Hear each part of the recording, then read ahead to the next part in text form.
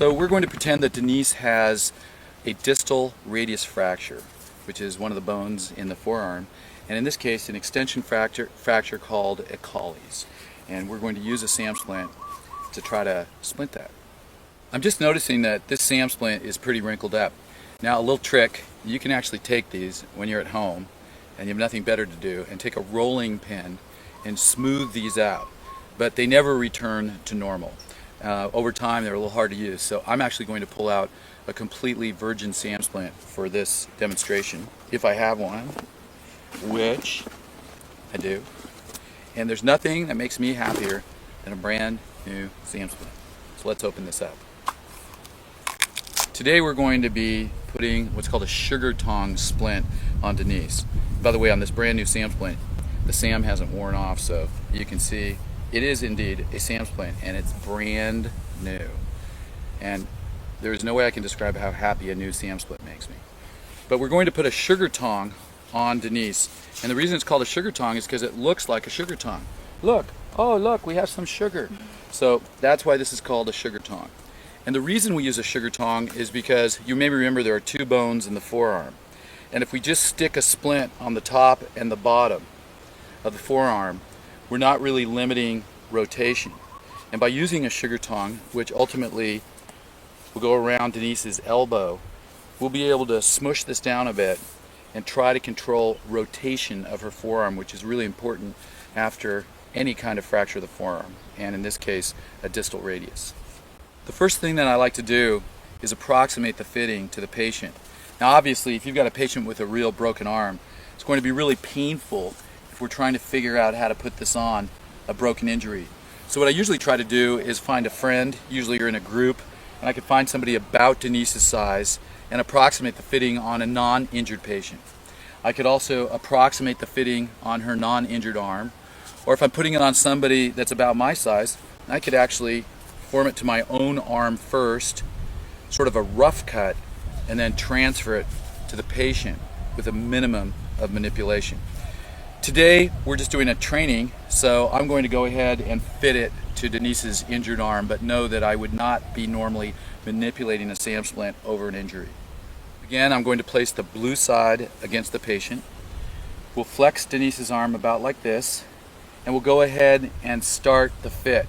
So I want to bring the top side to just about where Denise's knuckles are, and then I'm going to bend the bottom back like this, so she's got a nice comfortable place to curl her fingers around. So that's what the initial fitting looks like. The next thing I'm going to do is put those really important structural bends in. And in this case it's going to be a simple C-bend. And a C-bend just looks like, this may surprise you, a C. And as soon as I start putting these bends into it, I start getting that structural rigidity that's really important. I usually bend it about 2/3 of the way down Denise's arm on each side, and I leave the elbow portion somewhat unbent so I can mold it around her elbow at the end of this.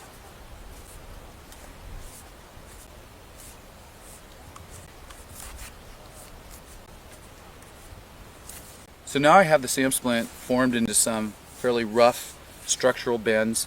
It's approximately fitted to her forearm, and next I'm going to try to fine-tune this. So we'll go ahead and place it on Denise's arm. You notice that she's still able to bend her fingers, which is good for maintaining range of motion, especially if you have a splint on for many days. For a short duration, it's not really that important. And I'm just going to start molding it gently. Again, trying to avoid a lot of manipulation, especially over the break, because Denise will start to hate me. Now, there is one trick that I use to make this a little stronger over the wrist, and I'll show you what that is. I will often put a small reverse C-bend in right here, and a reverse is simply what it sounds like.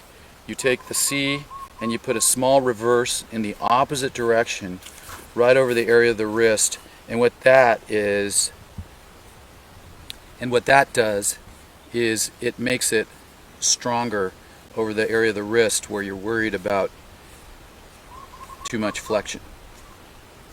So it makes this portion super rigid. Now we'll fit this back on Denise. Looks pretty good already. Going to finish a few curves here. At this point we're going to put some kind of a wrap around it. In this case I'll use an elastic wrap. And believe it or not, there's really no special technique for this portion of the wrap.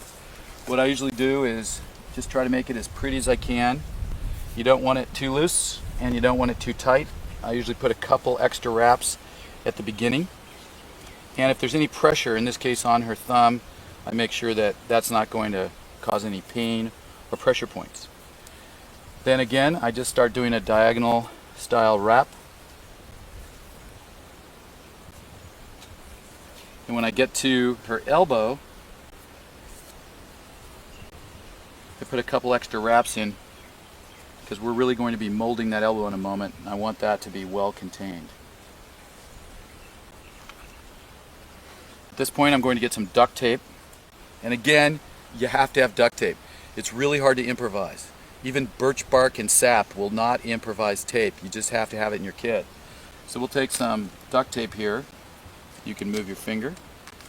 And not pretty, but pretty functional. If this was a bad injury and Denise was in a lot of pain, I would put her into an improvised sling that we'll talk about in another section.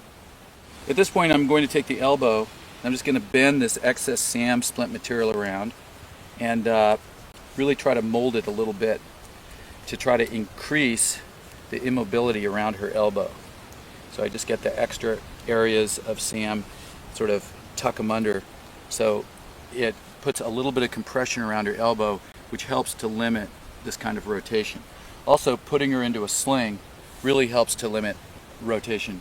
And we want to go ahead and immobilize her in what's called neutral.